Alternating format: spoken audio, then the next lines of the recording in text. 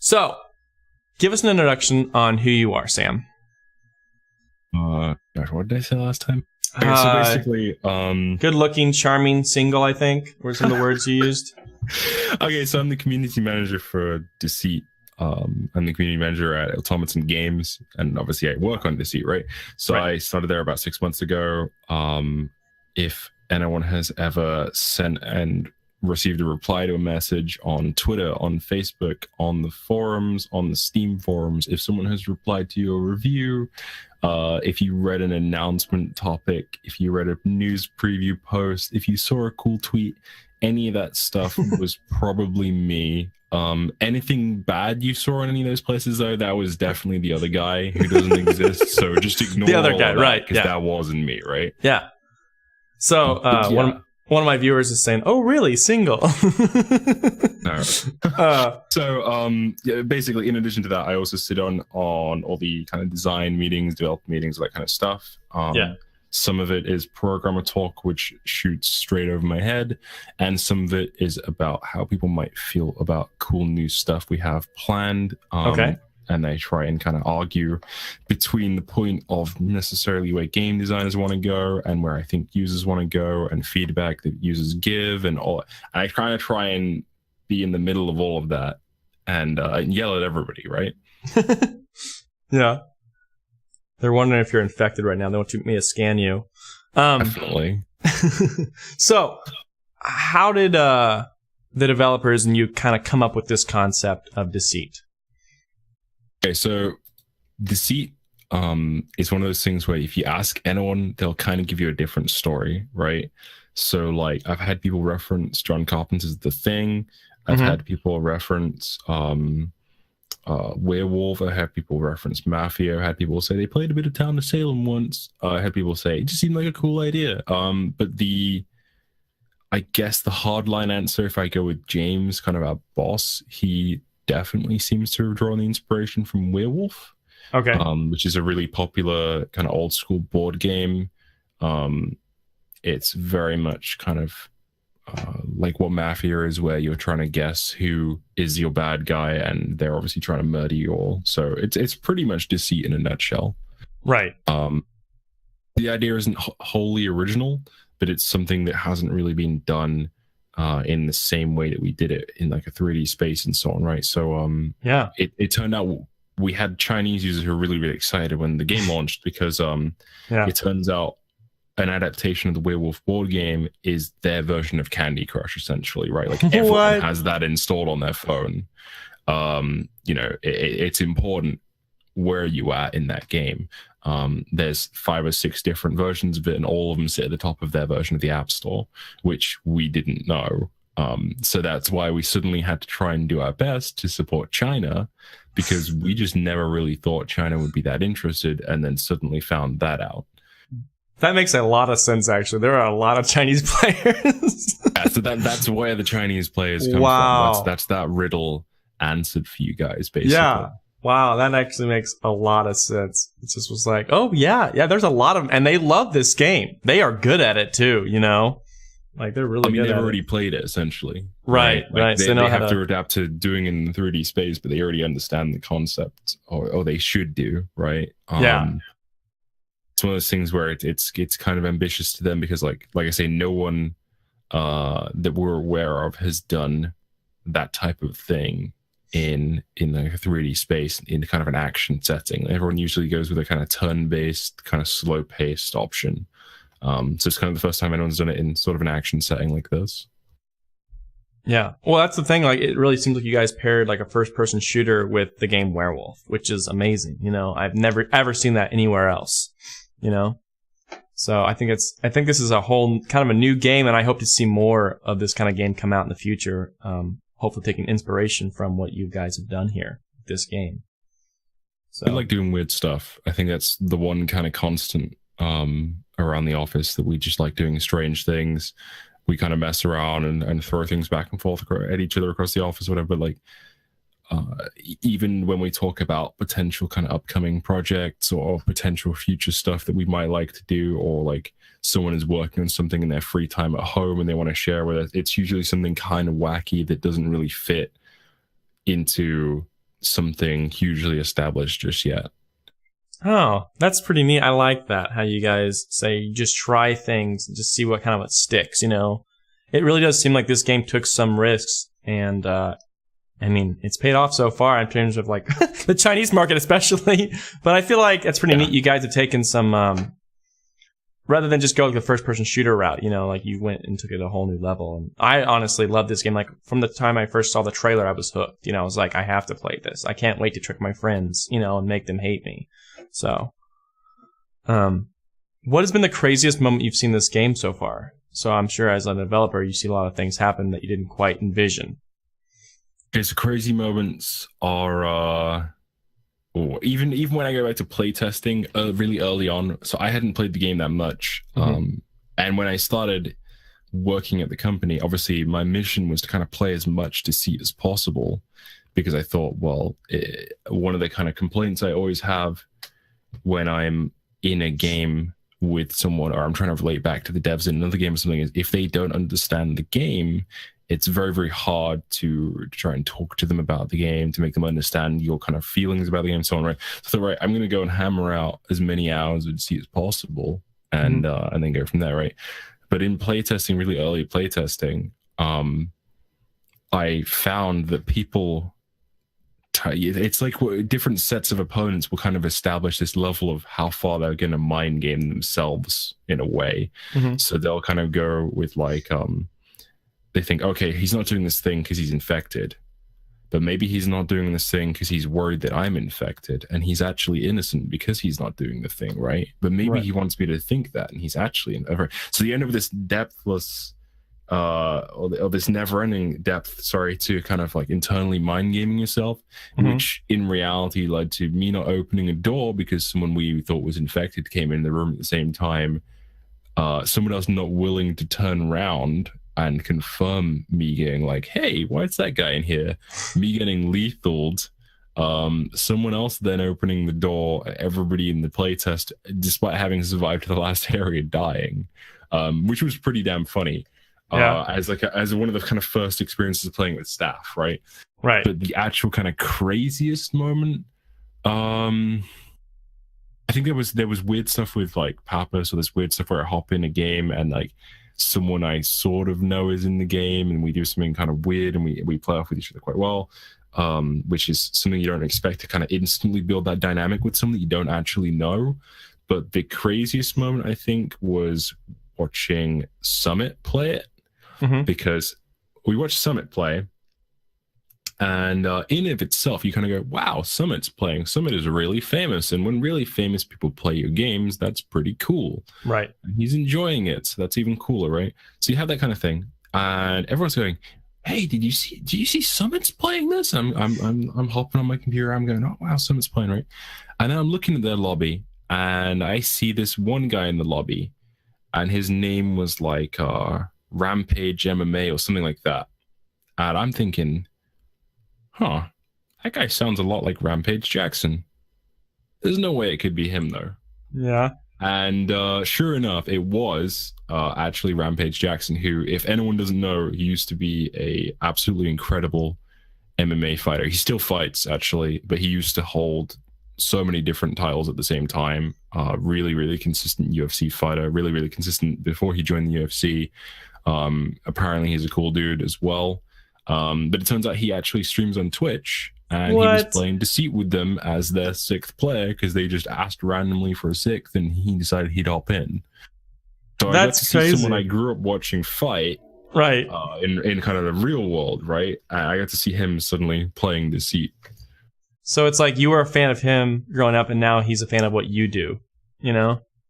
In a small way, yeah. A small way. I think to him, he's just kind of variety streaming a bit. But yeah, it was really cool seeing him on there. And, we tweeted at him and then he retweets it and everything. You think, holy shit, like Rampage Jackson just retweet. I remember ringing my dad. I was like, Mom, Dad. I was like, Dad. And he's like, what? He's like, what? Dude, you're ringing me at work. I'm like, you never guess who's playing a video game. I said to him, I said, Rampage Jackson. I said, didn't he used to watch him, fighting in the Octagon and stuff, right? And I'm like, yeah. So yeah, it was a weird moment. You realize the world is a lot smaller than you think it is, right? Yeah. That's crazy. That's really cool. I've had friends like that who develop, games, and then they find out that people from like Game of Thrones are playing their games and loving them, and they're just like, oh my goodness, and they're so flabbergasted and humbled that people would love, what they've worked on, put their time and heart and soul into. So that's a pretty neat moment you had. That's crazy. So what has been like the hardest part of creating Deceit, and how long has it taken to fully develop the game up to this point? Oh god, up to this point, a while. It's been over a year. I think it's been maybe a year and a half or something, which is actually a short amount of time. Yeah, looking at a lot of games, which is probably we probably could have done with some more time, right? But the hardest part, if I had to say, as a latecomer, because I can't kind of like go through their kind of original struggles, I don't think I'd do them justice, right?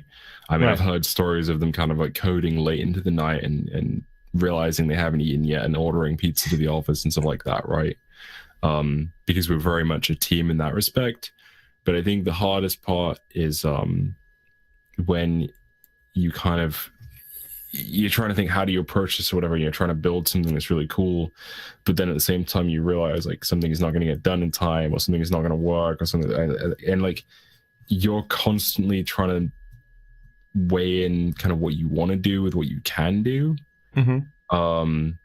And then you get like the final version of something, but like maybe it went through like 5 different ideas, and you're thinking like, okay, well, this idea would have been really cool, but this idea would have meant it took 3 months to do, right? And people kind of want to do something that before 3 months, so like that whole thing where it's like the ad hoc planning of it in general, not just in a design sense, is probably the hardest part for me, because to me it'd be really nice to be like, oh, okay, well in 6 months we plan on doing this, and I kind of have more of a roadmap with what we want to do and how we want to push that and everything, which I think is something we're aiming at doing in kind of in future, because Deceit was a bit more of an experiment in that respect. Okay. So an experiment in what way? For a lot of the people on the team, I believe it was the first time they'd worked together. For a lot of those people, it was the first time they'd worked in CryEngine. I believe we were possibly the first people to release something on CryEngine 5. Oh, nice. So it was like we were also going through things where maybe there was something in the engine that no one had done yet, and we do it and then realize that maybe the reason why they hadn't done it is because it doesn't really work the way that you think it would work, and then we'd kind of go to Crytek and say, well, look, how does this work? And it's say, no, you're supposed to do it like this. That's completely wrong. And you're like, oh, okay, thanks guys, thanks. Okay, we'll redo all of that. So you have this kind of back and forth, which builds a really cool relationship with them, because obviously they're happy to see people using their stuff and trying to see how they can apply that to making a cool game. But it's really strange for us, where kind of like it's like kind of what you want to do, but you're not necessarily entirely sure how to do it yet. Right. Well, judging by the updates, looks like you guys have like a better roadmap of kind of where you're headed and what you want to do in the future, for sure. I saw some of the light and dark things that you're coming out with soon, hopefully, and that seems pretty exciting, and a pretty big update as well about kind of how the game is going to change. What I think St. Lucifer always says, the meta is going to change for the game. Like you said, do you grab this item or do you not grab this item, depending on if you're infected or not. So it'd be kind of interesting to see how the game takes on a new organic approach to how you play the game, based upon what changes and tweaks you're going to make in the future, and deciding which ones are viable and make the game ultimately more fun, and which ones take away from the experience and the direction you want to go in. Yeah, I mean, I am sort of a firm believer in Jeff Kaplan wrote a really, really long post about the meta a little while ago. For anyone who doesn't know who Jeff Kaplan is, he's basically their community stroke design guy at Overwatch, who talks a lot about a lot of different stuff. He wrote a really interesting post about whether or not you change the meta in a sense that you just actively try and change it, or whether or not you do what they do, which is you try and you try and think, okay, is this thing fun? How would I make this more fun? Or why is this not fun? Okay, how do I address that issue?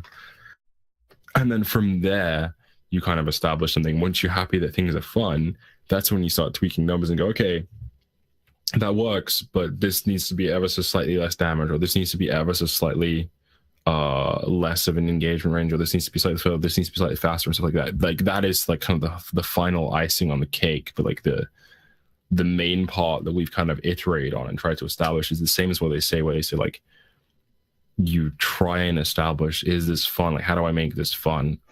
So relating that back to the light changes, for example, the question was, if we introduce these new tools, right, and you've got these kind of new options to defend yourself or attack people, whatever, and you get them, like you should kind of want to get them because you're trying to want to survive, right?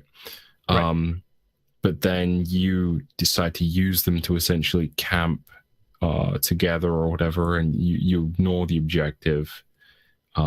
Maybe you sit inside a bush crouched or whatever it is, and instead of getting these fuses in, the guy who's kind of hosting the sadistic game is saying, you need to get these fuses in or I'm going to kill you, right? Instead of getting them in, you kind of just go, you know what, I'm going to hide in this corner for the next minute and a half, whatever. And then you do, and then you've created a situation there where no one is really playing. You've got an innocent who's huddled down. They're not actively trying to survive. They're passively hoping no one finds them. Me, yeah. You've got an infected player who's running around the map going, Jesus, I'm pretty sure there's supposed to be like four innocents around the map that I'm supposed to be hunting. I have no idea where anyone is. I'm pretty sure someone else is in this game though, right? And they're pressing their Q key and they're looking, they're going, I'm pretty sure all these guys connect. I definitely saw them a minute ago, you know? So it's not fun, right? So the point of the change was kind of like, okay, how do we force these guys to use their tools in a way that still creates interesting and kind of fun, engaging gameplay for everyone involved. So this is kind of our first little stab at that. Let's hope we get it kind of close to where we want it. But that was kind of the design thought behind that. Okay. So yeah. Yeah, I'm excited about the updates. It reminds me of another game I play quite a bit, Dead by Daylight, which tries to stop bad behavior, I guess, like camping, you know, like you've said. It kind of tries to like discourage that without actively saying you can't do that. So I think that's kind of neat that you guys are kind of pushing it in the direction you want to push it in, so everyone participates in the game in the way you intended it to be participated in, you know? So something in Dead by Daylight that was like, I know nothing about Dead by Daylight. Right? Oh, okay. So it's probably going to sound really dumb, but I was watching one of the guys that you used to stream some Deceit. He's a friendly guy. I was watching him play some Dead by Daylight, and I saw like one game, and there seemed to be lots of running around in circles and throwing boards behind yourself. That's it. And I was like, okay, that seems like it'd be super annoying to play against, whatever. And then I watched another game where there was some kind of different killer, and they were kind of teleporting around or something. Yeah. And I was like, oh, okay, I guess that's kind of the answer to the board throwing stuff, because this guy just doesn't give a crap about the boards. He just pops on through and slaps your face off. So you kind of need to come up with a different strat. So that's always cool when rather than just necessarily saying, hey, you've worked out a way of doing that, so we're taking it away. They go like, oh, okay, well, we acknowledge that, but this guy doesn't really care. So that was cool. I thought that was cool of them to do that. Yeah. And that's the thing. I think it's always developers, like their ideal is to balance the game as well as they can for both the survivors and the infected, you know, and make it so it's enjoyable for both sides. So both sides feels like they can play the game, and it's based on skill, not just dumb luck or being one-sided, you know. So I think you guys have really been working on that, it seems like, as well, to try and balance it out, you know, and make it fair. And like you said, like, yeah, they try and like add new perks or whatnot to try and, you know, kind of like rock, scissors, paper, you know, like, oh, if this works, then this will work over this one. So it's just like finding that nice balance and niche, really, in the game. It sounds like you guys. I found myself when they made the perk tree. I was, what was I doing? I can't remember what I was doing. I think I was like, I'd kind of been there and gone, yeah, make really engaging perks. This is a cool idea. And then I'd gone away and I'd written maybe an update post, and I'd kind of liaised with some of the stores we were adding on to be able to purchase the game in different places. And I think I'd helped make a bunch of graphical assets for the Twitch store and stuff. So I did all that stuff. And then I came back and I was like, right, okay, do you want to hop in for some of the playtests? I was like, yeah, sure, you know. And I hop in, I'm like, okay, this perk tree thing is really cool. And they were like, wait, you didn't get to see the when we were making that? I was like, no, I didn't see this actually. Like, so I had that really weird moment. It's almost like when you ask for something for Christmas, right? And Right. then they actually give you something even better, and you're like, oh, okay. I didn't think I was even gonna get the thing I asked for, but okay, right? So like, we hopped in. I saw the perk tree, and I was like, oh yeah, this is cool. And they're like, oh, this resets every month as well. So like, you're never really behind. It's supposed to be like a speedy-ish unlock and all that kind of stuff. I went, that's a really cool idea. Why has no one else done this? Right? I don't know if anyone else has, but like the perk tree, like like the whole resets every month, kind of like the meta. Oh no, I don't know anybody that does resets. Right? I know Dead by Daylight has a perk tree kind of like this, but you got to keep it forever. And it never goes away unless the game crashes and you lose all your data, which apparently has been happening quite a bit. But shots fired. But no, I like the idea because that's what we talk. Like I said, St. Lucifer keeps talking about the whole like changing the meta. You can't just have like the top players have all the good perks, and always win the game. You'll have to always work up to it. You'll have to always learn what perks you're gonna need for this season, so to speak, when they close out. So I really like that. I think the perk tree was the answer to making this game. Kind of always changing it slightly. The mark's always changing. So you can't always be perfect at it. You can always just get a little better at it. Well, everything is changing with the end of season update, which I think might be tomorrow. Ooh, really? We're looking at pushing a small update tomorrow separate from the larger content Confirmed, update. Guys. Update tomorrow. So there should be an update tomorrow to fix a few things, add a couple things in. But the perk tree itself will not only change with the contents, but the layout will change a little bit. Mm-hmm. So not because we're changing the layout permanently, but because the layout of these trees will be different, right? Okay. So there'll be kind of more choices focused around kind of different styles of gameplay. We try, when we're looking at all the perks, and we look and go, oh, okay, what would be cool to put in? What would be cool to keep across these two perk trees and kind of allow it to be in the transition, whatever. Like, we're going to look at it and go, okay, if we put these three perks in a line, how do they play off each other? Like, this one maybe makes you have more mobility, whereas this one maybe is better when you're staying still, or maybe this one, like, the mobility works in a different way or something like that. So like most of the time the decisions between them are very kind of personal decisions. You look at them, you go, I like to play the game like this. I really want this perk. I really want this perk. And you're, oh, okay. And then you kind of naturally build a talent for yourself. Like, I don't think there is a de facto best tree.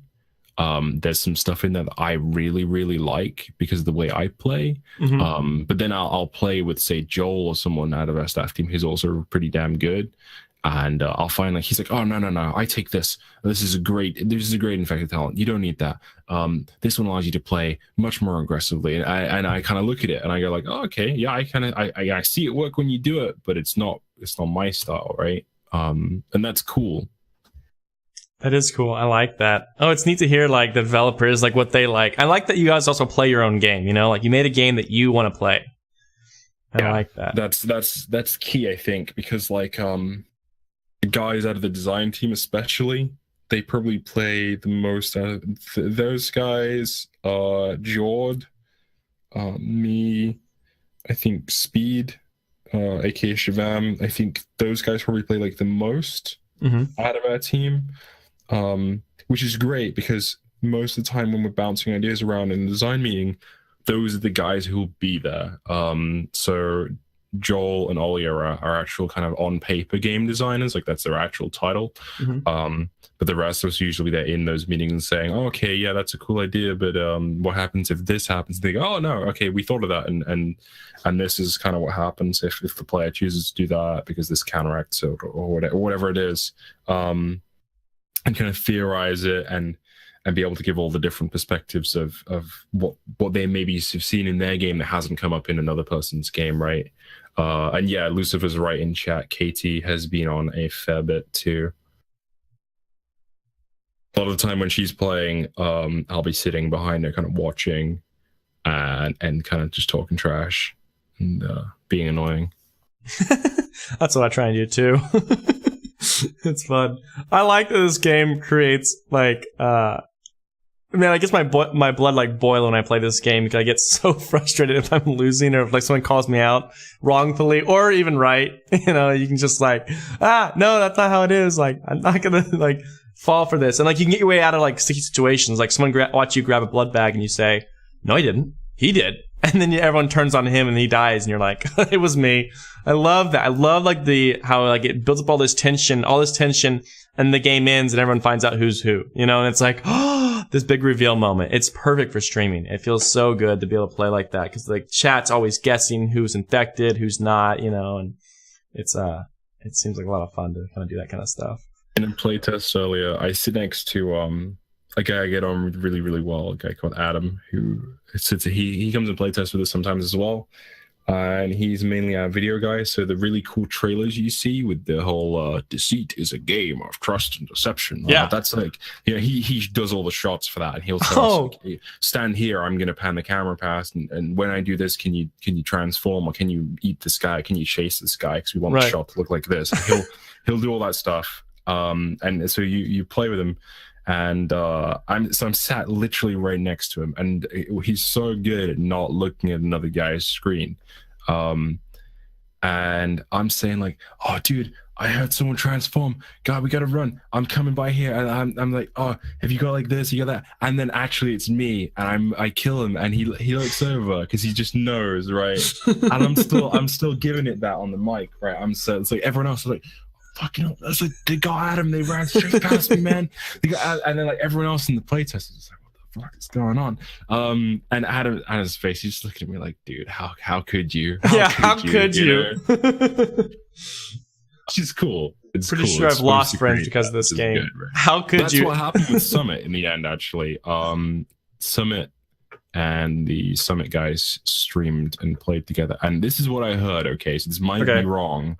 But I had a couple different people tell us to me, because I was kind of asking myself, I was like, why did those guys stop playing when they really enjoyed it? And we were emailing them and all this stuff, and they kind of just stopped. And apparently they had a bit of an argument playing, because they decided to, because obviously they're playing private games, they decided to troll each other a little bit. And like one of them like scanned the other one innocent or something, and then said, "Oh, he's infected," and that kind of thing. And it led to a big argument apparently, and then they kind of dialed it back. Oh my goodness. Wow. So, can you believe a game? That's why, right? Yeah, that's crazy. So you can believe a game actually can like bring out those kind of emotions out of people. You know, I love that. I love that your game literally does that to people. You play other games like Terraria, which is a pretty chill, laid back game, if you want it to be. And I've never been upset or mad at my friends for that. This game, you just get so into it and so involved, and that look of like defeat when you find out it's your friend that betrayed you, you know, and lied to you. And you're just like, how could you, you know? So I love that. This has been a really fun game to play. Okay, we'll keep moving along. So Deceit actually has become a very popular online game and has pretty good following at this point. So both online and on streaming sites like Twitch. So did you actually foresee this game becoming such a big hit, and did you envision it becoming popular on streaming platforms?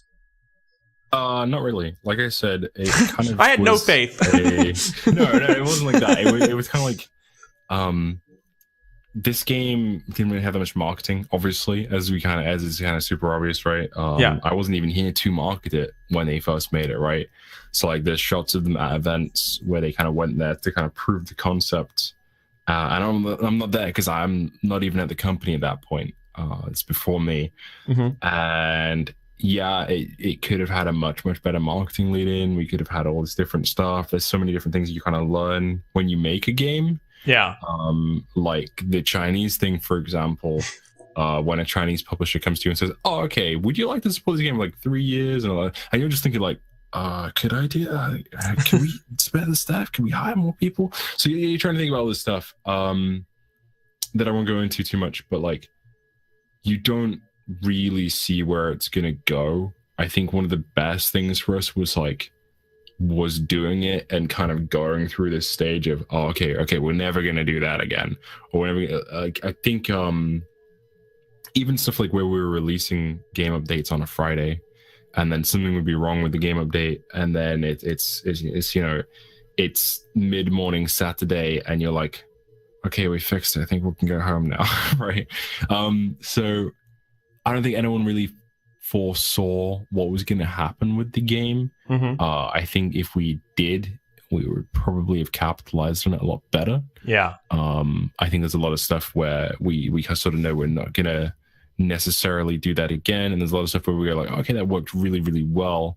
We'd like to do more of that. There's stuff like when we did the one video thing where I'm kind of just awkwardly talking at a camera. It's really good practice because that actually took like 50 takes, and the one take I was actually really happy with because it wasn't using like an auto cue or anything, right? So the one take I was really happy with, just kind of talking away, was the one time someone decided to turn like a fan on outside the door because they didn't realize what we were doing. So then it got ruined by the fan noise, and I had to do it again. So like you start to get used to all this stuff, and you start to look at things and go like, oh, what do people actually want here, or what do they want there, or how do we improve this? And it means that, like anything else we make, hopefully we'll never kind of make any of those mistakes again. But also it means that all the really awesome stuff that people did like, we can kind of expand on and do more of. Yeah. Oh, that's neat. I like that. Okay. Oh, this is a big thing. A question I had. One thing that has been so great about this game is the low price, which it's only $10, which just blows my mind. At the time, at least I bought it, was like $10, and plus the DLC was another $5, so $15 in all, which allows the game to be very accessible. So there've been plenty of consistent updates to the game. I mean, consistent as in like I think once a month there's a pretty big update and patches and fixes and all kinds of things. It feels like. Are there any updates on the way that you'd like to share, and how do you sustain the improvement of the game while also selling the game at a low price? On the topic of price, actually, we're part of a sale tomorrow. I'm not going to say what, you'll see it. I don't want to leak someone's kind of thunder. It's going to be a kind of end of summer thing. Okay. With a pretty cool store, so we'll be a little bit lower even.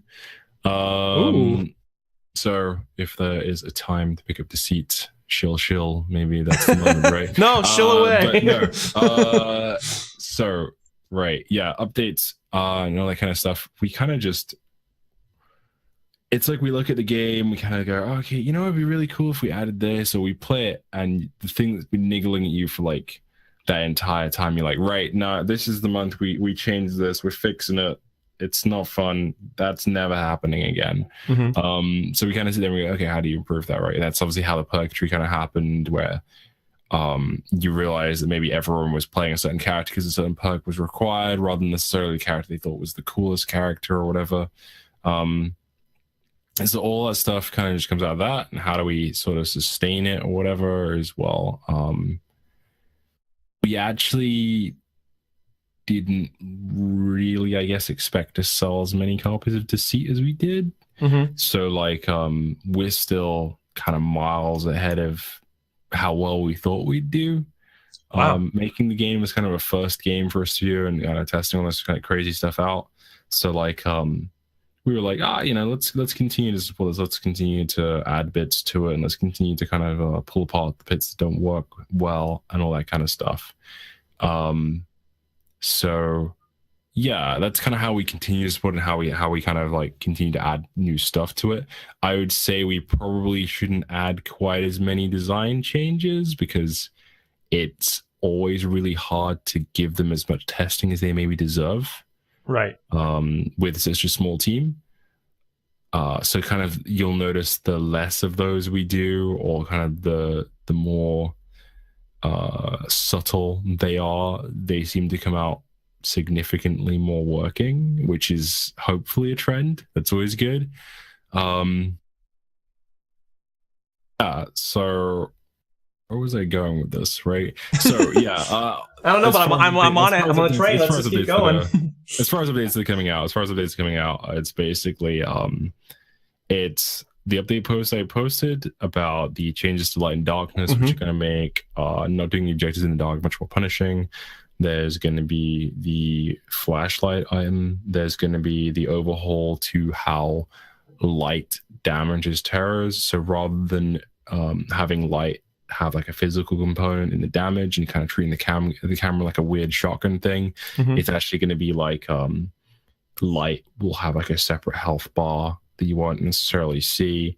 the camera will kind of charge up and flash the person or whatever. And like, it's almost like they have 2 health bars in the sense that like you can stun them or incapacitate them or slow them down and stuff with the light bar. But like, if you actually want to do the damage that forces them to lose blood and reset and go somewhere else and so on, you're going to have to whip out a gun. So it means you have these things where you go, oh, you know, I need to save this guy. And your options are, okay, well, do I try and put like 4 or 5 bullets in this monster? Or do I whip out something that's going to slow him down so the other guy can you know, help save himself, and he kind of reacts as well, and you try and come together to bring the monster down, right? Which is much more interesting gameplay. So that's kind of the main update that's coming out. Okay. That's hopefully gonna be, I want to say next week. Oh, that's soon. I think maybe I think it should be next week. I'm not sure exactly. Don't quote you on that. We need to test that a hell of a lot more, I think. So you're saying you need testers, right? It depends on how much time we get to do this. I think was it you who asked me about this with testing, or was it someone in the chat keeps asking about it. Well, they want test servers. Someone asked me about test stuff. I think it was probably Lucifer, right? Because it was. So we were looking at, I think we did originally beta branch some stuff when we were testing some stuff before. It's something I'm potentially looking to doing again. It's a little bit more difficult than maybe we'd like it to be with our kind of current player base, but it's not entirely off the cards. It'd be cool to beta branch some stuff and have people in, maybe with the devs playing. But we test in a really strange environment where rather than building the game and packing it all up and then uploading it and then saying to Steam, hey, there's this upload and you need to deploy it like this and it goes here and these guys are allowed to have it if they opt in here or whatever it is, we do like a local build of the game and put it on like our internal server, and then we can pull that over like the LAN, so like we can update like everyone onto that game branch really quickly, which allows us to test it much faster than it would allow us to kind of deploy it, give that to people, let them test it, find something is wrong that's kind of really fundamental but not a really hard fix from maybe code cleanup or something. Okay, cool, fix that, redeploy it, wait for them to download it again. So you end up with a much slower process that way. So it's cool, and it's definitely something we'd look to incorporate on certain things, but I'm not sure how it fits into Deceit just yet. Okay. Moving on to kind of like more like in-game at this point, rather than like the meta behind the scenes. What I want to know a little bit about the characters. So like, who is your favorite character, and how did you come up with this concept? I guess the developer's question more so, but you probably know more about this than anybody else. Okay, so I actually play Rachel all the time, pretty much because Rachel has the dab emote, and I remember Jord, one of the first things he said to me was that he really hated dabs. So I was like, why is there a dab emote? And then Joel very proudly told us that it was put in pretty much to annoy George. So that's how I ended up playing Rachel all the time. But I'd say my favorite character is probably actually Nina, simply because we were writing characters and we were coming up with the concept of the characters and everything, and trying to decide how we were going to do them. And we came up with Hans, who's obviously this kind of like German like helicopter pilot, whatever, and then we came up with this other idea where there was going to be this kind of like special forces woman or something, and it was going to be kind of really gritty. She had like a big scar on her face and all this kind of thing. And then we went, you know what, nah, we were trying like, why don't we make something that's really kind of happy-go-lucky and like bizarre, right? So that's how we ended up with like essentially a pop star in the game. I loved the whole juxtaposition of there's this ridiculous kind of monster and all this kind of stuff, and then you have this like pop star running around with a microphone, you know, and doing all these like mic drop emotes and all this kind of crazy stuff. I really like that kind of juxtaposition of the kind of funny, wacky stuff as against just doubling down on the grit factor, which was kind of our other option, right? So yeah, we came up with that basically because it was funny. It was funny and it stuck, and we kept kind of going. We're like, yeah, it's okay. And then you see the guy who's doing the concept art is drawing like another Nina picture, and you're just like, okay, he really enjoys that, right? And then yeah, Nina kind of existed out of that. That's pretty cool. Okay, so I'm guessing you can probably pull all the story from the journal entries, but what's the story behind this? Like, who's the creepy guy on the intercom? He obviously is doing some kind of test on these subjects. Creepy guy on the intercom is the game master. It's not you, right? No, okay. It's not me. I can't do the ridiculously creepy voice. That's pretty good. No. Okay, bye.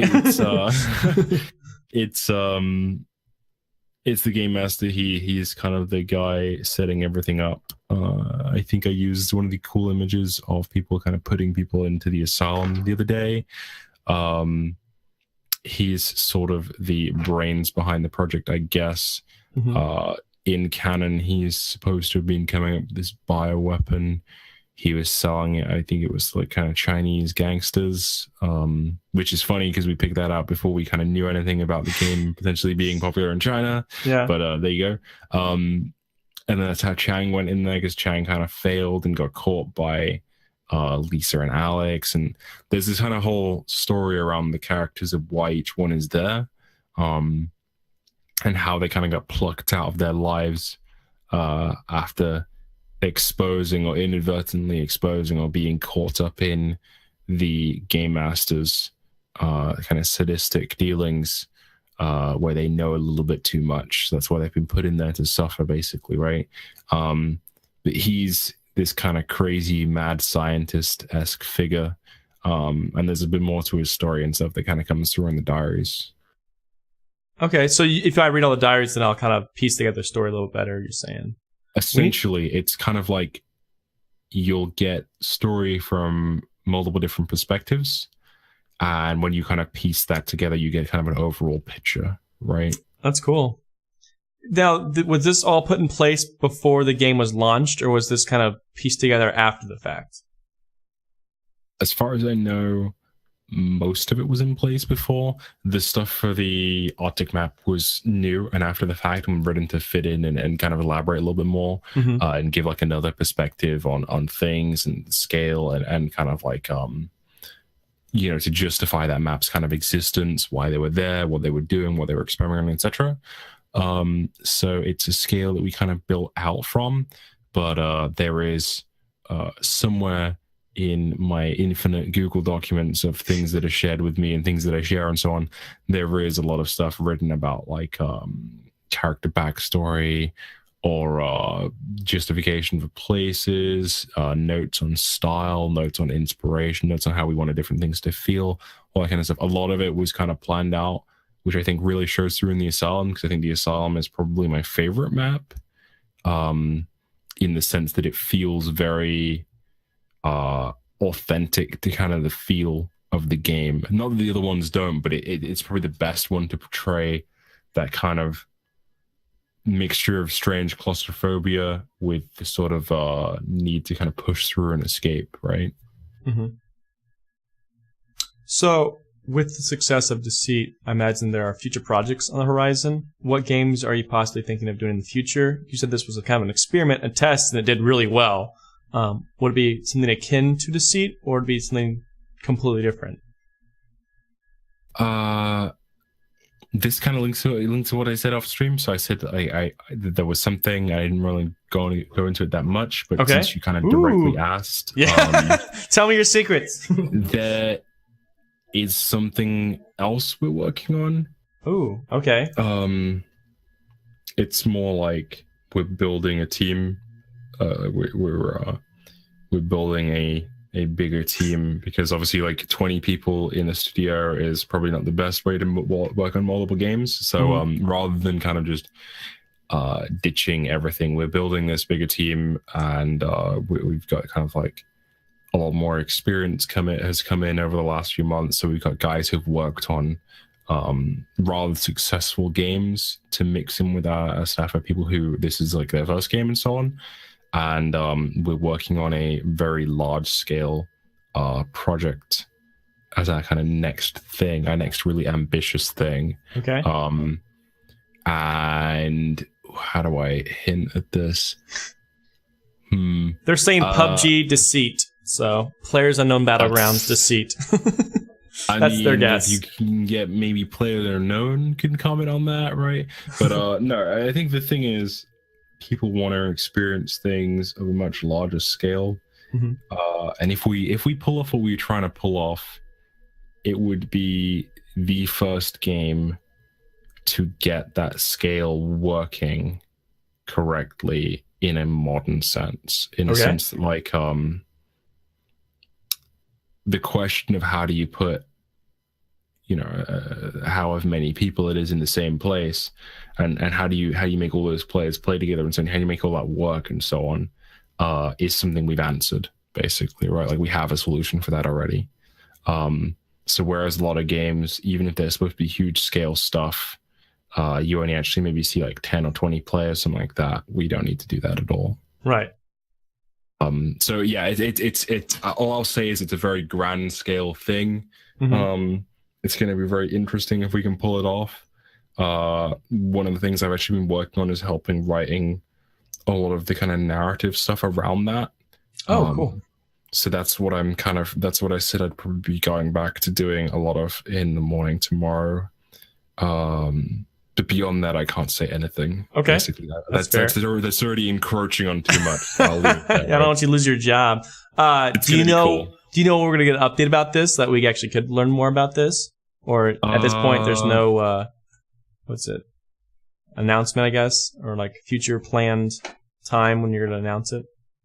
We're expecting to do the very typical thing of slowly releasing very vague press releases or things that let you know about pieces of technology we'll be working with and stuff over the next few months, maybe. Yeah, so you'll get little pieces of information, very little pieces of news over the next few months, and then there'll be, when it's ready, there'll be kind of a formal announcement showcasing some stuff and explaining what exactly we're doing, right? Okay, very cool. Oh, man, I'm excited. Yeah, you'd hinted at this a little bit, and yeah, I look forward to looking at that. So I guess we will see that on the Play Deceit possibly, or something like that, or just the main developer's website for the game. It'll probably be on the Automaton Twitter, and it'll definitely be on our website, which is going to change pretty soon. Okay. So there's going to be a big kind of cool overhaul of the website. It's going to hint at some more of that stuff about kind of the grand theme for the studio and what we want to work on. Okay. Watch out for that, I guess. And you can go like turbo speculation mode at that point. Oh, okay. That's exciting. So we're going to move into kind of more about what's influenced you growing up. So were you more of a PlayStation or Nintendo guy growing up? Oh, definitely Nintendo. I didn't even have a PlayStation. Yeah, that was the right answer. The first console I ever bought, was a Super Nintendo. Oh, nice. It was pretty ditched because I guess the guy who owned it before me smoked or something. I remember cleaning it up in the garage with my dad, and kind of relevant at the moment considering it's getting a remake. But one of the first games I played with my dad, which was Secret of Mana. Oh yeah, that's a great game. It's co-op too. Yes, that's exactly. I literally did play it with him. I didn't play and watch him play or anything. I literally played the game with him, right? Yeah. So there's a little kid me playing with my dad, playing Secret Mana when he was coming back from work. So he'd work mainly nights or like really, really early mornings, and he'd be really kind of sleepy. And then he'd take a nap, whatever, and play some Secret Mana. And then, go to bed, and I'd go to bed and go to school the next day, or whatever, right? So, like, the first game I really played properly was that. So, everyone expected to mention Link to the Past at that generation, which I did play, and it was a really awesome game. Mm-hmm. But the crowning part of that was Secret of Mana, but I played, obviously, your R-types and all that kind of stuff as well.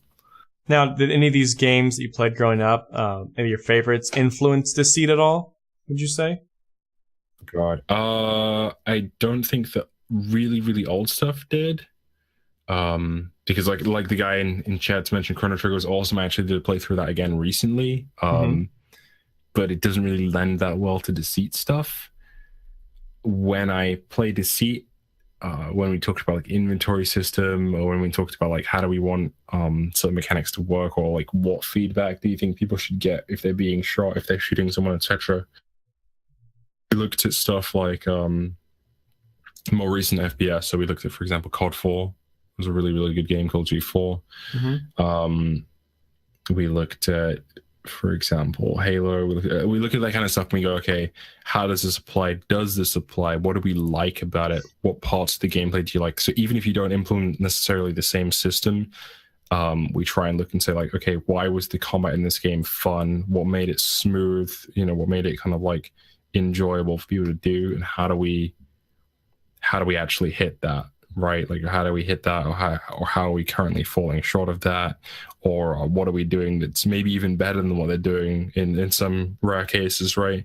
But it's like you look at that and you kind of you see what you can build on, because a lot of what we do and a lot of what anyone is doing, the idea they have might well be different, but it's like the implementation of it, like the how you control your character, for example. It's almost like you come to expect certain things, right?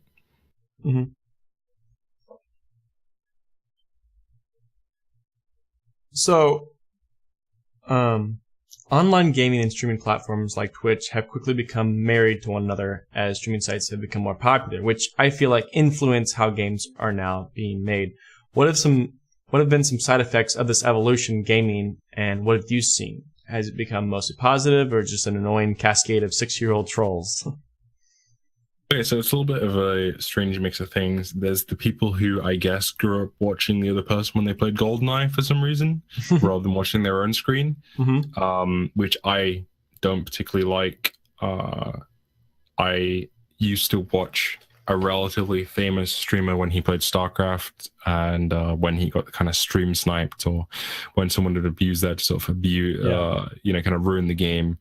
It did kind of ruin the fun for everyone, right? So like that kind of stuff is something that I don't massively enjoy. Like if I see someone doing that, I find like kind of concrete evidence that doing that. I see them in every single one of those guys' games. I see them watching the game along with him. I see them reacting in a way that you only react if you can see that screen, right? Like I usually either talk to them, or if they aren't responsive, or they just kind of ignore me talking to them, they usually get banned or whatever, right? But so there's stuff like that kind of influenced me from streaming. There's stuff that I kind of find really funny, where I speak to someone who streams. They maybe think they're like super famous, and they say to me like, I've got like 100 viewers, and I'm like, okay, that's cool, that's great, right?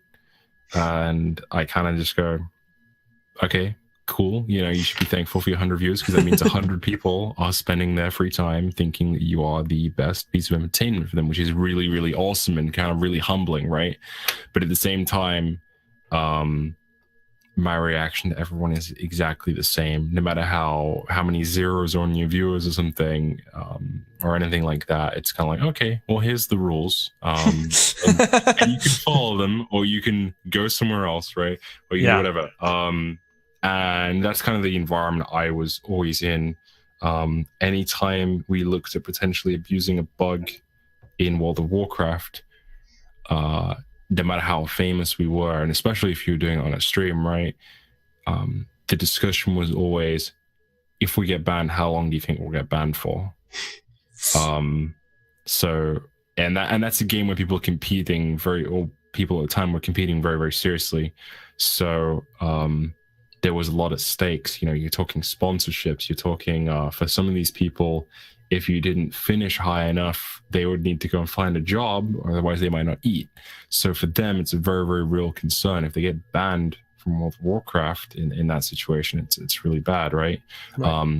So the plight of the player becomes that much more real, when you interact with them so much more often, or when you can see kind of the worry on their face, when you can see the annoyance when something doesn't work correctly, or when you can see kind of the elation when something does go really well, and you feel much more connected to it. So then, like, if I watch something and something's broken, and I then have to go into meeting just afterwards and say, okay, well, what needs fixing, right? And I'm just like, dude, the game, it's completely screwed. I saw this one thing where just now it was horrible, right? And it might only be the one time that's ever happened, Right. So you have to kind of try to not let it skew your perspective either. But it's really cool to kind of get that perspective from people on the ground, because like you can hop on, you can watch people and they don't realize you're watching, right? So like there's people who maybe act a certain way when I'm around, or when they see I'm in game with them, who act a completely different way around your average user and stuff like that. And it's really cool to be able to hop in and see like, okay, all right, well, this is actually the bug this guy is abusing, right? I can see how that works. Or, oh, he's actually a really horrible person when he hasn't got someone looking over his shoulder. Or whatever it might be, is pretty cool as well. But at the same time, it's really nice, and it connects you with cool people as well. It connects you with people who, you know, like you doing this right now, or like Chunkinator when I'm really busy and he's saying, oh, I'm going to stream after the new patch. I'm saying, okay, well, while you download the patch, here's all the notes we haven't posted yet. Give them a read. Oh. So, you know, I like Chunkinator. Well, yeah, exactly, right? So like when his users come on, it's like, okay, well, you know, if you're going to be the only guy streaming this right now, then you may as well know what's up, so that you can go into the game. You can explain this stuff as you go along if you want to, right? Yeah. So it gives you that strange little window into that. But I also try and be really hands off, right? It's like people kind of running their own show and they have their own audience and they entertain them in their own way. And I'm kind of like, okay, well, how do we do something that fits that, not how do you do something that fits us, right? Yeah, that actually makes a lot of sense. And you said yourself before we started streaming, was that you're actually, you used to be a streamer yourself, a pretty popular one at one time. So you really understand the issues that arise from being a streamer, both the good and the bad. So yeah, I mean, I've sat with people and I've helped them try and fix their mixing decks when they don't even necessarily stream Deceit all the time, right? Mm-hmm. I've done that whole thing. There was users where they got doxed because they made some kind of basic mistakes with what they showed on their stream. Mm-hmm. I posted in the Steam developer forums, look, you know, this guy's had this happen to him. You know, what is kind of the procedure here? Like, do you guys do anything? If you can trace that back to someone on the Steam account, like surely that threat comes over your network. How do you cover that? What do you do? What should we do? And you know, I speak to the person, I give them some advice, say, you know, we maybe speak to the local police if they're threatening to SWAT you or whatever. Like maybe you go and speak to them and say, well, look, I've had this threat. You know, you should be aware of it, whatever, right? But you end up like hugely involved in all this really random stuff, and you have to kind of be able to stand back every now and again and go, oh, okay, yeah, this is what I did with my day, right? Right. Which is really weird. I bet. It's probably a job you never thought you'd have growing up. I'm going to be a firefighter, a policeman. I'm going to be a community manager who has to deal with weird random drama. I think when I played World of Warcraft a lot, so I played World of Warcraft damn near all the time. When I was a little kid, I joined a Swedish guild. I was the only person who wasn't Swedish, as you might be able to guess. Yeah. It turned out many years later, it was explained to me that I actually got invited as a joke because I was a little kid and everyone else in the guild was maybe 25. And their rogue was being very childish. I got invited to kind of prove a point that anyone could do what he was doing, and I did it, and I did it better, and he pieced out, and I stayed. So then I ended up playing with them all the way from Classic to kind of the start of Wrath. So I played with them this really long time, so it was like 5-6 years, maybe more. And I kept playing after they quit, and I quit with them and I came back, whatever, right? So did all this stuff. And this entire time you kind of have your parents sitting there going, oh yeah, you never can get a job playing video games though, you know?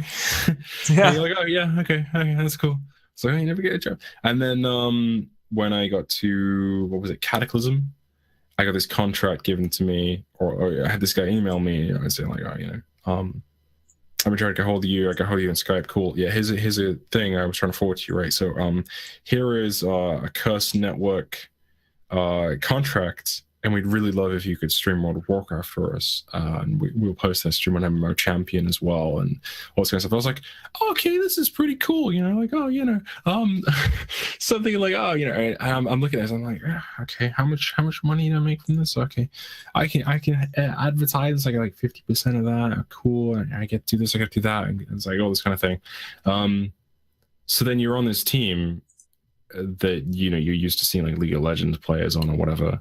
And you do that, and then after that I went and worked in esports for a while, and after that I came back and I looked at maybe esports again, and I saw this job and I took this, whatever.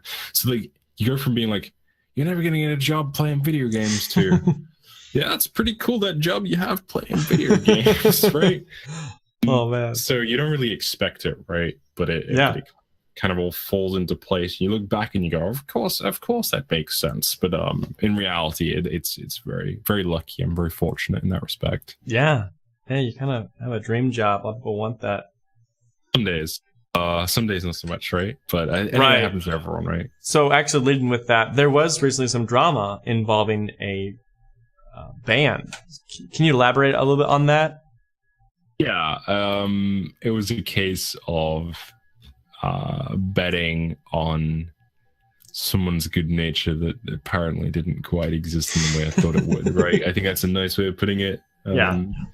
When someone has a very strong ego, I have a lot of friends with really strong egos, right? So like I even come off that way sometimes. I try not to, and I'm probably really, really guilty of it.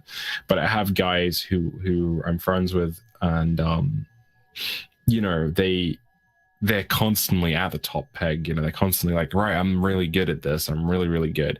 But most of those guys that I'm friends with actually have a heart of gold at the same time, right? Like if something actually happened, you were struggling, or like if something was there, they'd be really good, and they'd be really nice, and they're really approachable actually, even if they kind of have this macho out exterior thing. So with this particular player that got banned, I kind of I'm so used to seeing that, I guess I assumed, which is not the best thing to do, that he was in a similar camp, right? He seemed like a nice dude. We spoke a bit in private. He seemed like he was saying all kind of the cool things, all the nice things. And we aimed to kind of build a community in his region of the world. We gave out a lot of free copies of the game. Mm-hmm. We were speaking to people who were looking at building a region. We were looking at getting servers out there for them. We were looking at doing all this crazy stuff. Right. And then I think the problem was separating that kind of work element from the friendship element. Maybe wasn't as apparent to him, or maybe he thought he was just important enough based on some of the stuff he said, whatever it is. Yeah. But not enough zeros. The thing is, right, like he basically said, it was almost like he was betting that I wouldn't ban him for the things he was doing, when a lot of things he did were in breach of our rules. Like, our rules are very publicly available. Mm-hmm. At the end of the day, I don't really care who you are. You all assumedly pay, the same to come and play the game. It's all people's downtime, and people come home from work. They come home from school, whatever it is. They come home from a tough day and they want to play a game. Deceit might well be that game. And if they log in to someone who thinks he's famous enough to sit there screaming at them for the next 10 minutes, if someone has to ask me, why did these people log off and not log back in? I go like, oh, well, okay, here's a perfect example of why, right? So I look at that stuff, and at some point you kind of look at it and you go, like, okay, well, I've warned this guy this many times. I've told him not to do that. I've told him not to abuse this bug as well. And you say to yourself, like, okay, well, it's gone past the point where you're being friendly and you're trying to rein it in, and the person has very consciously made the decision that they do not want to be reined in, essentially, right? So then it becomes more of a triage thing where you go like, okay, well, this guy needs to go, which is unfortunate. And I believe I said to him very specifically before any of that happened, I said, look, I don't want to actually ban you. I don't really enjoy banning people, but if that's the way it's got to be, then that's the way it's going to happen, right? Because like at the end of the day, like I'm friendly with people and I do enjoy being friendly with people, but it's kind of like there is that kind of work divide there as well at the same time, right? And that's really important, because it's what happens. It's what stops, someone who maybe I talk to more than someone else. It's what stops them being kind of immune to all criticism, immune to all rules and all problems and stuff. And people who know me in other games will attest to that. If someone messes up something horribly in a World of Warcraft raid when we're competing for World Top 10, or whatever it was when we were doing that, right? I would tell them, you know, if they're bad at what they're doing for whatever reason, say like you need to not make that mistake again. But if 5 tries later they're still making a mistake, they're going to get benched. Someone else can get put in. Even though some of those people are like real life friends. There's a guy I chew out on Eve constantly for doing stupid stuff, and he helped me move house. So right, like it's one of those things you have to kind of be abstract about, and you have to be an extra level of abstract in a working environment, right? Because otherwise it's not fair on everyone else who's putting the same effort, the same time, the same money, the same passion, aspiration, whatever it is. They're all putting all that stuff in, and it's not fair on them if you're not treating everyone on a kind of level playing field, right? Yeah. That makes sense. I actually support the ban, and I was all in favor when I kind of heard both sides of the argument. It sounded like you were more than willing to compromise and say, hey, let's just figure it out together. And you said no. You were like, okay, this is the rule, and this is good. And I like that because it seems consistent, and now there's no bigger issue because of it. It was squelched, I felt like, and handled really well. And that gives me hope that the developers really do look out for the fans as a whole rather than play favorites. So I think that's the reasons why it took a little bit longer than it might necessarily otherwise have taken is because I looked at what I'd said to him before, and I was ready to kind of pull the trigger on its own. I looked back and I thought, was I too soft in saying this? And that's why the second conversation that I think he probably pasted anyway. The second conversation is very cold because I want to at that point, I'm trying to make sure the person doesn't think there's no room for them to believe it's friendly banter. There's no room for them to believe it's actually a funny joke. It's very much a case of, if you do this, this will happen. Right. It's the difference when you see like a policeman or something in public and they kind of tense up and they're actually dealing with a serious situation, right? It's that line that you're trying to draw there where you go like, okay, well, actually, here are the rules, you need to stick to them, right? Because if you kind of loosely term it, then it's kind of forgivable for people to say like, oh, I didn't actually realize you meant I should follow these, right? But if you say like, if you do this, you will get banned, and the person goes, oh, I didn't know, then you kind of just go like, okay, well, I'm going to point to this earlier statement and I'm going to point to the thing that happened to you, right? Right. And then it's kind of, you don't feel bad. Like my conscience on that is clean because I go to myself, well, okay, he was given a very fair warning at that point. Yeah. Fairer than most people would ever expect to get in kind of any game. At least I believe, right? Yeah. I think you handled it well too with the social media side of things. I felt like I came into it, I read what you wrote about it, and it was like, okay, I see both sides of the argument and how you handled it. And I felt like I felt like it was justified, and it wasn't like underhanded or anything or mean spirited. It was just like, here's the rules, he broke them, that's the end of it. And it was like, okay, great, we have great developers that are working on a great game, and they're very transparent with how they operate. I think some games, I know currently, I think PUBG is having issues with catering to streamers, it sounds like. And I don't know if this is true or not, but there's a lot of really negative reviews right now on Steam talking about how people are getting banned because big time streamers are just reporting players because they're dying to them and saying they stream sniped me.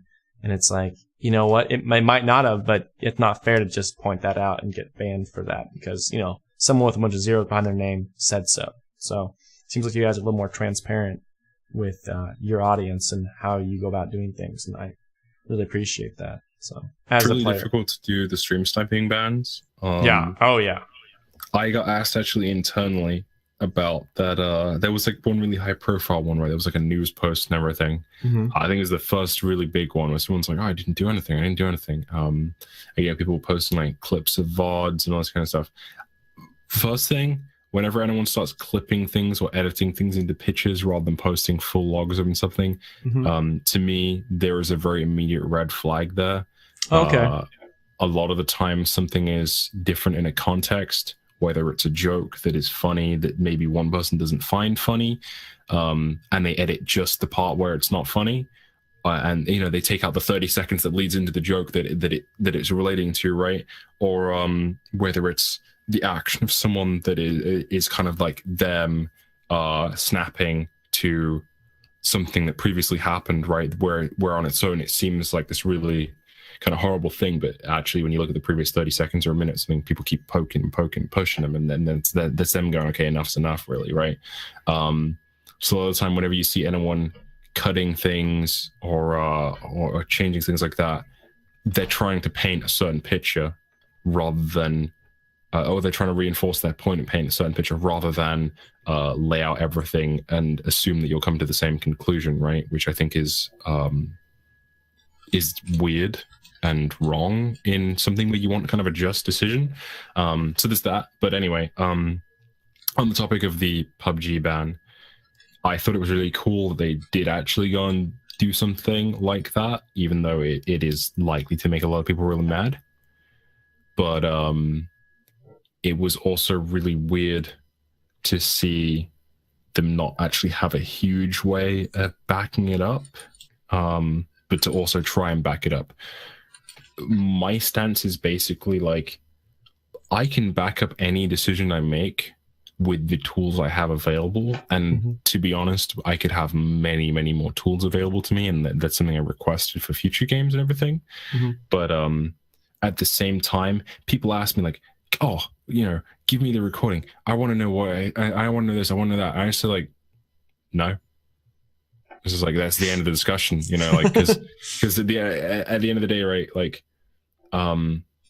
if you have to start looking at every single ban under a microscope, you're starting to break down a really important wall where, there's this thing where like you should be trying to do what you can to build a level of trust, and you should try and maintain that level of kind of abstractness where like or that level of division, should I say, where like it's very obvious someone is a member of staff. It's very obvious they're going to come and punish people, and they're going to come and do things that maybe they don't like themselves sometimes because that's the way the rules are written, right?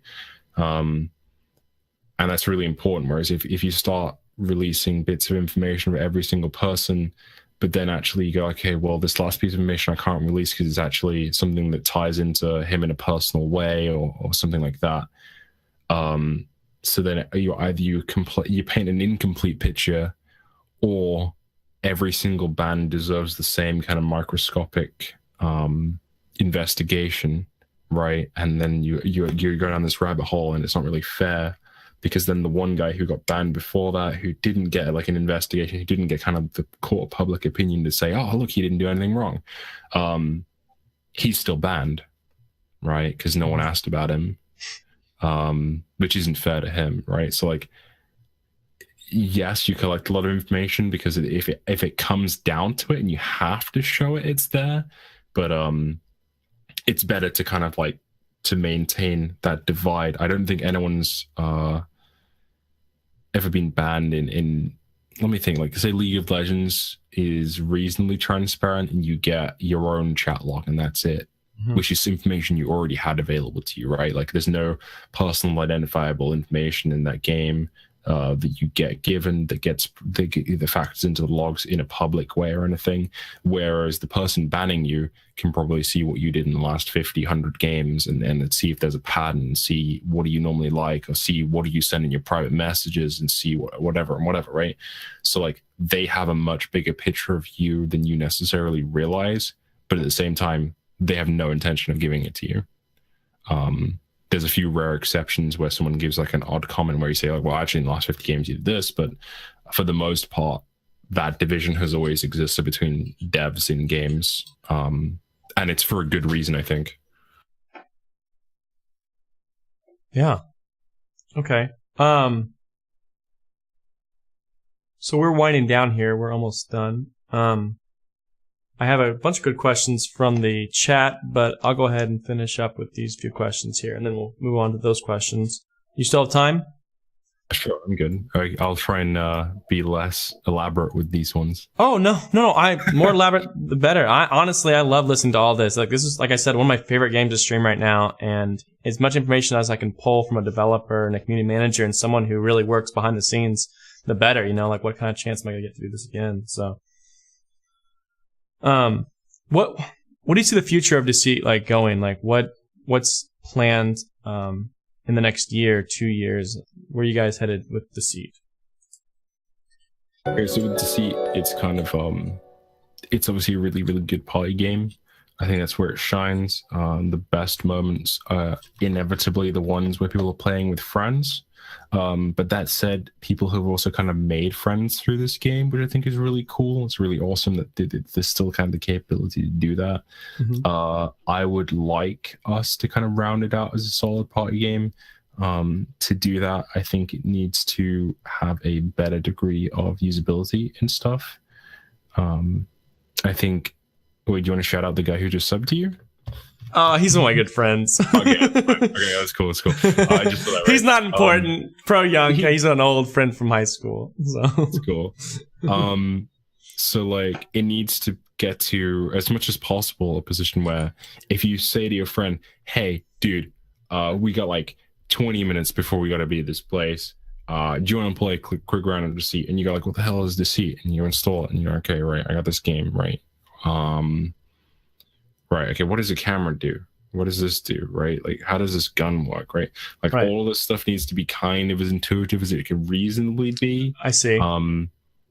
For example, if you play, say, Mario Party, right? No one has to tell you in the stage where the ball, you like stood on the ball and you're on the platform and stuff. Like, no one has to tell you, like, try not to fall off the edge of this platform and die, right? Because a lot of it is really, really obvious. And I don't think we'll ever reach the level where it's that easy because of just the complexity of the game is kind of inherent. But as much as possible, if it's going to continue as that sort of a really cool party game for people to play, and that's kind of one of the main places where it shines, anything we can do that's kind of within scope of what we're willing to allot to the game and so on, right? That can make it easier to understand, easier to pick up and play, easier to get feedback on what you're doing. So like the camera changes, part of that is hoping to have some kind of a visual element where you can tell the range the camera thinks it's going to be used at, right? So from that, you can tell like, oh, okay, well, when I flash from this range, it always takes 2 flash. When I flash from this range, it always takes 1 flash, right? So like, you have a very clear expected outcome. You don't get those situations where someone is actually, if you looked at it and you looked at the logs or whatever, you see they're actually like, they're actually 1 meter out of the range the camera does the thing you think it does, right? Because obviously it's fast paced to the point where you're not going to see that. But if you make it, oh, okay, well, it goes red when I do this, and that's the thing I wanted to do, then you kind of go, oh, cool. When it goes red, I'll do the thing, which is a much, much better situation for people to be in. And it's much easier for people who pick up the game to go, oh, okay, what's this thing? Right, okay, oh, it does that every time. Right, cool. I need to do that. That's good. So, yeah, I think that's a major part of the future of Deceit is just rounding out all of those little bits where they might be really obvious to us who've played the game a bunch, but for someone who's new and is trying to work that stuff out, like how do I vote is a common question sometimes, right? How do I vote for this guy? How do I vote, guys? And like people think, oh, this guy must be a troll, or he must be new and he's infected or something. He doesn't want to vote him out. But actually, like a lot of the time, it's literally like they literally don't know. So one of the things we do to try and build on that is whenever anyone new starts and joins the team, we make them play Deceit and we don't tell them how to play it, which is really mean. And we'll sit there and watch them play, and we'll kind of stand behind your desk and be looking and kind of judging every action you make. Right? And so, right, okay, well, what you were supposed to do is this. Where did you get stuck? What wasn't obvious to you in your own words? Like, we noticed this. So then we can look at it and go back to design and go, oh, okay, well, all right, this needs to be more obvious, or this needs to be different, right? But yeah, I think that's a major part of that party game culture. Is it needs to be simplistic enough that at least in a couple games or so, you kind of pick up, 80% of the game is understandable and playable to you, even if you haven't necessarily mastered the game, right? Yeah.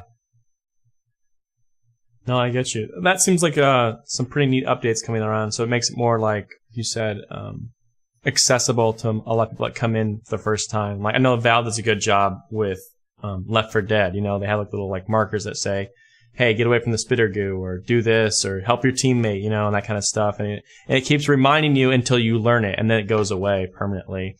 So it's like, okay, like a little like teachers, I guess, along the way that aren't intrusive or make you feel stupid about the game. That was exactly what we talked about when that was the example I used when we first made our initial tooltip system. You know, the little yellow boxes that come up and say, hey, you should go and get this switch because switches are awesome and they unlock objectives. All of that stuff originally stemmed from that. Oh, yeah. And I think it's something where maybe we could do a little bit more of it. I actually played Left 4 Dead. I filled in for some competitive teams on that as well. Really? Yeah, so there's a picture of me that I usually show everyone when they ask about like when I had long hair or whatever, and I'm playing at a LAN, and the game I'm actually playing is Left 4 Dead. So there you go.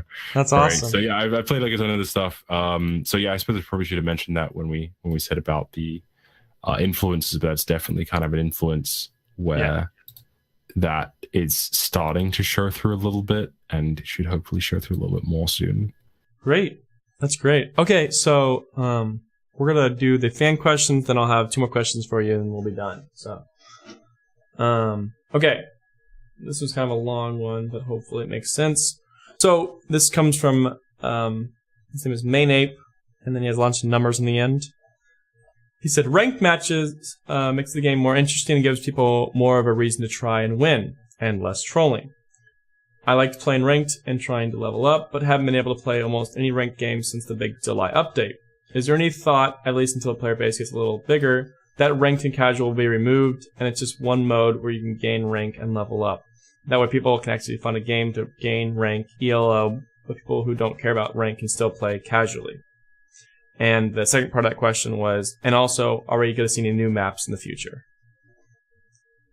Okay, so the first one, was the moment where you combine the casual and not at the moment, simply because like it's something where we've gone back and forth on it at least 3 times since I've been here. So across like 6 months, that's been changed like 3 times. Originally, it was a constant case of I really want to play ranked, and I can't do that when people who don't want to play ranked, essentially they only want to play casually and kind of mess around, or in the same game, or like they want to queue with their friends, but they don't want to be in the same game as someone who's queued with their friends. And you know, there was this constant kind of issue, and I think with any game you have to at some point just decide on something and keep it that way. So Dota, for example, I much enjoyed Dota 2 more when there was a little box when you queued, and you could tick the box and it said don't queue me with any parties, because when I wasn't queuing with friends, what inevitably happened when I was on my own is I'd end up in a stack of 4 people who already know all the heroes they want to play, who already know how all each other play, and you're trying to fill in, and they're all talking on some external comms, and you're there and you're kind of along for the ride on a game that lasts quite a while, and you finish the game, and win or lose, you kind of look at it and you go like, what did I just do? Which is not great. And we found that Deceit was potentially doing the same thing when people would go into ranked and they'd have 5 people, and even if the 5 people were playing fairly and not, you know, using the fact that they know each other to cheat or anything, they're talking to each other all on their private mumble server that they're always on every day with every game they play, or they're talking to each other on Discord or whatever, and that 6th guy has a really horrible game experience when he's just sat there like, okay, well, I guess no one's going to talk in this game at all, so this is great. And he's kind of just talking to nobody for the next like 10, 15 minutes, and then he kind of just finishes the game and goes like, what did I just do, right? Right. So the roundabout thing I'm answering here is probably not, but at the same time, it's not something where we necessarily hold ourselves to it. I would just like the fact... I just like that we commit to our decision and keep it that way, and that decision might well be staying as it is now, and I think it is likely to be staying as it is now. So that's kind of answering the first part of the question as honestly as I can, and with kind of a feeling behind it. And as for the map thing is nothing planned right now. simply because a lot of what we're doing as far as map stuff goes is partially for our own benefit, but definitely for everyone else's benefit. You've obviously seen changes to lighting over the last couple updates. Yes. There's a little bit more stuff to roll out around that. There was Looks a few better. more optimizational things. There's some stuff in CryEngine that we originally had in the map that just didn't quite work the way we planned. We'd like to revisit that stuff and like work out how the correct way to do it is. We had problems with anything as simple as glass screens, which is why we end up putting like mesh screens or just kind of holes in walls in places, because like it was just performing absolutely horribly when you looked at a piece of glass, right? And obviously you can look at pieces of glass in many CryEngine games, right? So the point is to not have those issues when we put that kind of stuff back in, and to kind of to tweak around with the maps and do that kind of stuff. So that we're happy that 3 maps in the game have finished really, really well. Like I say, again, relating back to that party game thing, it's really important that what you have in the game works well and works kind of as you'd expect it to work. Like if I see a lever on a wall and it's whatever, and I pull it, I want it to be like, okay, I pull that, cool, it's done. But similarly, if I come up to that and I can destroy it, I want it to be really obvious I can destroy it. I want it to be really obvious it's destroyed, and that kind of stuff. So like, all of those sorts of things need to be perfect first, I think, before we can realistically go like, hey, let's add a 4th map and have a 4th map we need to do this stuff on. Right. Yeah. So it's not entirely off the cards or anything, but the primary focus is rounding out everything in the current game experience, being really happy with it. The Arctic map got kind of rushed out in a sense that originally didn't even have props in it, right? So we released it and it was just the empty rooms because we were so tightly scheduled. And I think there's still maybe some stuff we want to add around there. We still want to fix some stuff with texture pop and all this different stuff that we want to do first, and we want to do that like a lot better, so that when we make a 4th map, and we sort of answered all those questions and so on. Like if and when we make a 4th map, then you can go there and go like, oh, okay, well, this is the part where we can use all the cool stuff we learned that we put in tiny places to test, and we can make something really big and awesome that uses and shows off all those features, right? So like if you remember Half-Life 2, talking about Valve games originally, right? So like Half-Life 2, when they finally worked out how to make physics work in a game properly the way they wanted to, how many damn seesaw puzzles did you do in that game? It was cool because they wanted to show them off, right? Right. And we don't necessarily need to do 100 pieces of plate glass everywhere, but it does mean we can do some really interesting stuff. Right. Once we've kind of gone past those initial hurdles of being happy that everything we're doing is the way we actually want to do it from now on, right? So it goes back to the experimental thing you're saying. Like this was an experiment, and you're still kind of trial and error, learning the ropes of this engine, as well as learning how to develop this game further and perfect it and round it out. Yeah, which has been really cool because, like I say, like it's fun to get stuck in a sense because it means that we can go and talk to Crytek about cool stuff and say, hey, how does this work? And they go, oh yeah, it works like this. By the way, we have this other really cool thing we want to show you. You should use this at some point. It's going to be really awesome. Yeah. And they're like, oh yeah, and don't tell anyone about this. I'm like, oh, okay, that's really awesome. I'm like, wow, I never knew you could do this in CryEngine. It's like, oh, you can't yet, but it'll be in there soon. You're like, oh, okay, that's really cool. So I mean, the one time we got really, really stuck was with something shadow related, and we actually flew over to Frankfurt. And we went over and said to them and said, well, look, can you look at some of the stuff? And we hung out with them for a little bit. James and I think Shavam went over for that. So they went over and hung out with them in person rather than talking on their Slack and stuff. And did a whole bunch of stuff with them. That is why Deceit runs like a million times better than it originally ran when the game was kind of first released. And that's because of the optimization.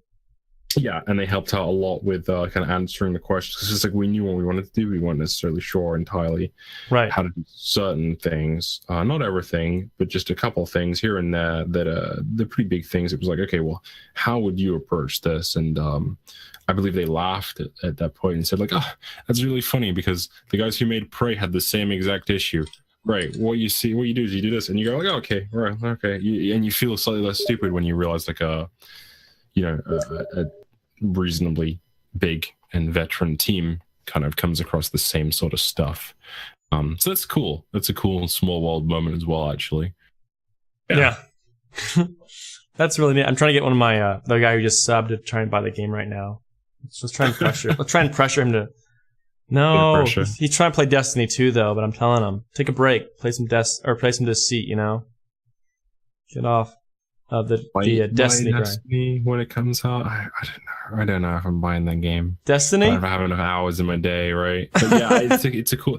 We played around with it in the beta on lunch because we play and mess around on games. Everyone plays a lot of Overwatch. I'm usually the weird guy playing something else. I played I did another run of Dark Souls on lunch. I hopped back on Overwatch to hang out with people in there as well. I played Heroes of the Storm a little bit. I played League once or twice at lunch. I've played like all sorts of random stuff at lunch. I have Hyperlight Drifter is the one I want to play at lunch next, I think. But we kind of work through a whole bunch of weird games on our lunch breaks after we eat whatever we're going to eat as well. Aside from hopping in on the occasional game, Deceit and stalking people too. Yeah. So you guys really are gamers. Like, you really are gamers at heart, and you made this game because this is the game you want to play. That's really neat to me. That sounds like your time is either spent working on the game or playing other games, for inspiration and just for your downtime. So yeah, it's cool because like you have this kind of, there's always this level of excitement in the office because so many different things going on, that something is happening that someone else finds exciting, and they know the other guy that finds it exciting. So our producer Craig, he's quite a bit older than me. He's worked on a whole bunch of different projects, and he was the first person. I think I walked in that morning and I had this message from Craig on Slack, and I was thinking, oh god, what is this? I was like, it's going to be like a meeting at the very start of the day, or what is this going to be, or what's broken, summing up, whatever. And then he messaged me, and it's just there's a Secret of Mana remake. Oh my god. I was like, what the Secret Mana? Because I told him my Secret Mana story, and he knew. And then lo and behold, the Secret Mana remake. So suddenly we both fanboying over, oh my god, there's gonna be a Secret Mana remake for first 10 minutes of the day, right? I'm pretty excited about that. Yeah, it should be good. I haven't beat that game yet. I still need to beat it, so I think I need to play the original first, and then I can play the updated version. So that excitement's really handy when you talk about something, you're like, okay, well, I kind of want this to feel like it did in this game, and then someone's like, oh yeah, I played like 500 hours of that game. So like the way the system worked was this, and then someone else is like, yeah, I played a few thousand hours of that as well, and yeah, it's really cool the way that panned out, and then you kind of you go from being like, this looked really cool, to having like a couple people who you can go like, oh, okay, that is really awesome, and here's how it actually worked, and here's what was good about it, and here's how people felt about it, here's what people didn't like about it and stuff, and you can go, oh yeah, it's really cool, which is better than just kind of looking at something and taking it at face value. Oh yeah, for sure. Another question we had, this one comes from Saint Lucifer, who you're familiar with. He says, he actually has a few questions. I guess these are more like tweaks that maybe he's hoping for. Are you going to have multiple fuse boxes on each level? That way, infected can't camp one. When cameras and shotguns are 0% and 0 bullets left, can we discard the item? Will we get visible health for the infected? And how can I show off my prestige?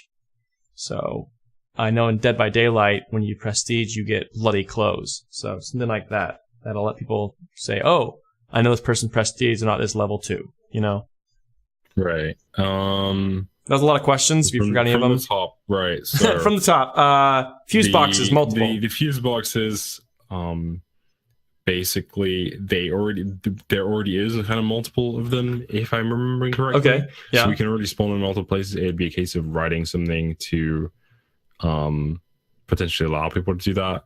I'm not sure that it's necessary.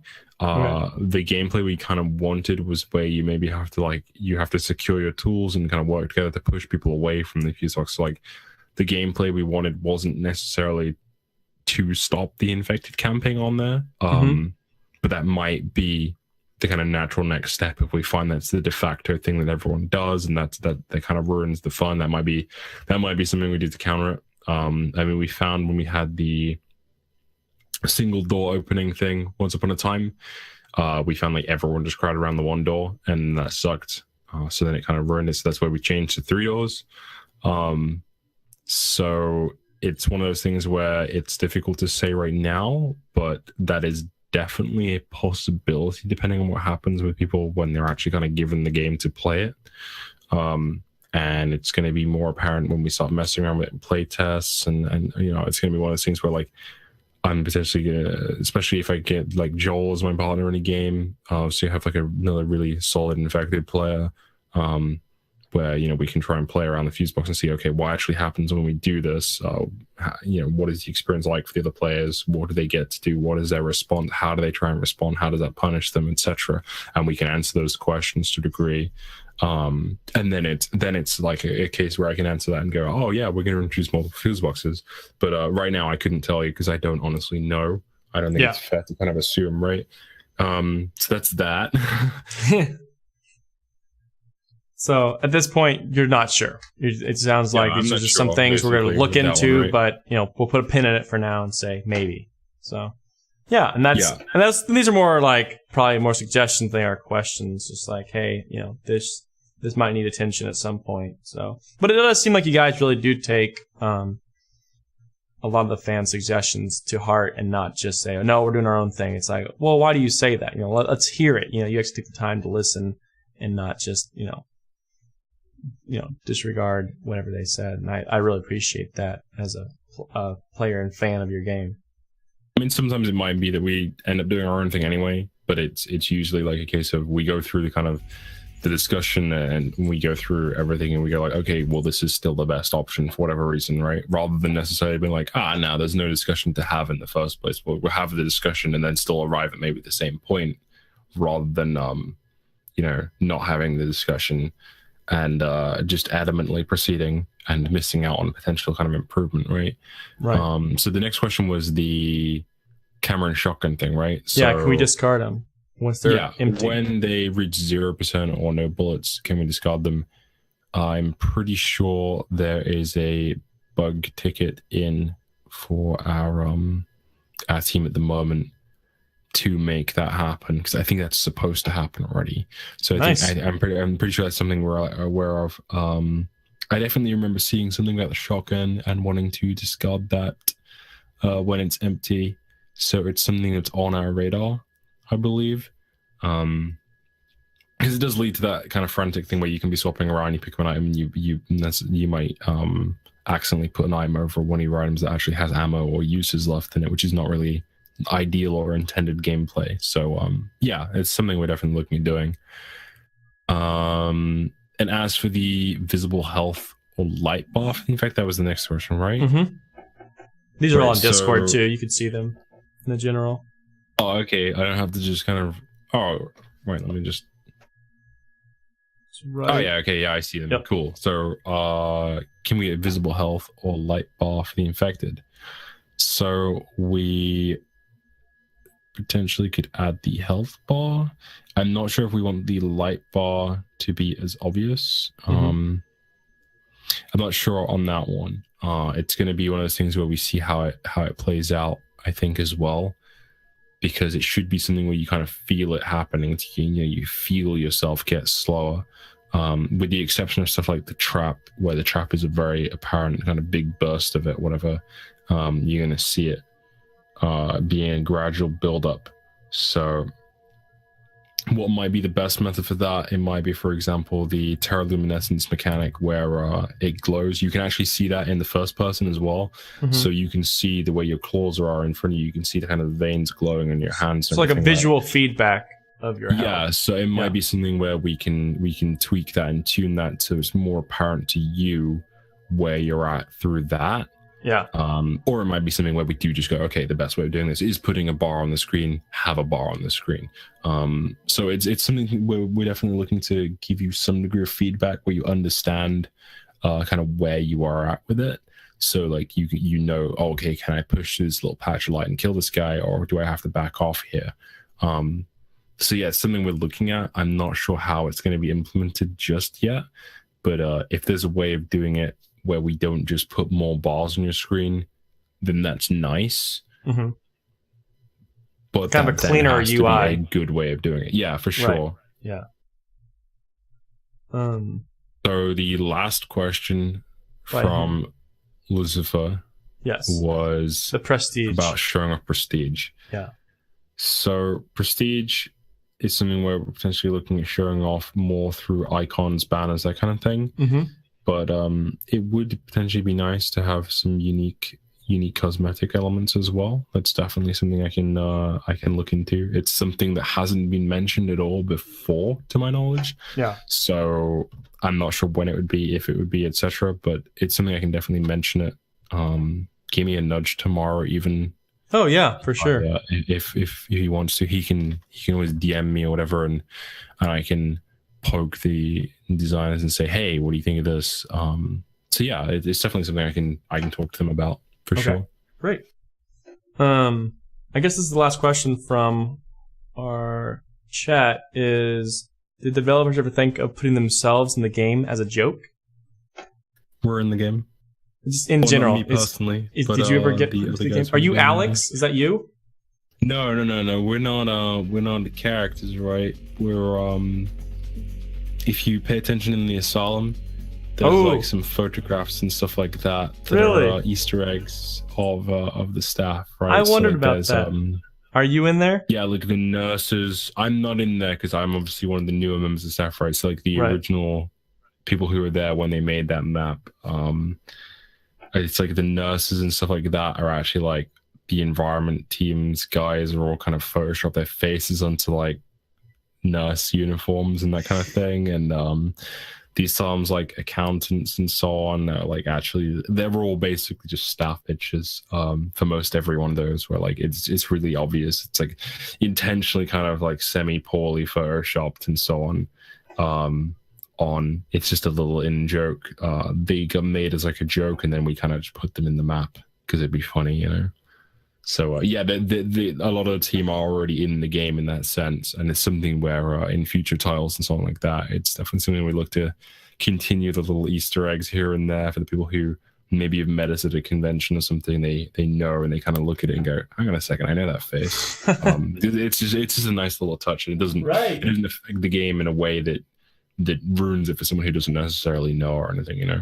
Right. Yeah, I'm seeing the chat that sees like, I noticed before, but I just thought it was a random picture. But nope, it's an Easter egg. It's the developers. So I like that. Okay, 2 more questions. Where can people find you through your social media? What's the best place to get a hold of you? You know, keep up with the latest updates of the game.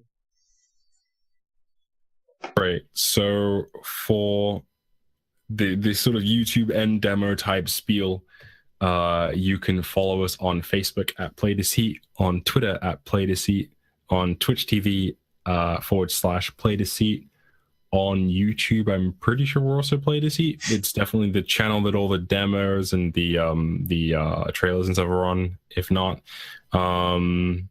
we do have like Instagram, so we don't actually use it right now. On Slack, it's on Discord, it's discord.gg/ I think it's /Play Deceit, or maybe /Deceit. I can check that really fast right now. Pretty much anything, it's Play Deceit usually. It's discord.gg/Deceit is our actual Discord. Our website is it's playdeceit.com. It's playdeceit.com. And our forums are playdeceit.com /talk. So any of those things all go to Deceit Things, which is a long list of things, but basically anything Play Deceit and you'll find us. Okay. And you can find me personally on Twitter at Rogues in Space. So, Rogues in Space. So if you want to talk to him personally, he is single, good looking, charming, as you can see. So me interesting things that are not complaints. And of course you can get through to us via the Steam forums as well. Okay, very cool. Well, thanks, Sam. Last question then, I guess, would be like, we are part of a cult. the Cult of Bread. I mean, church. Would you like to join the cult church?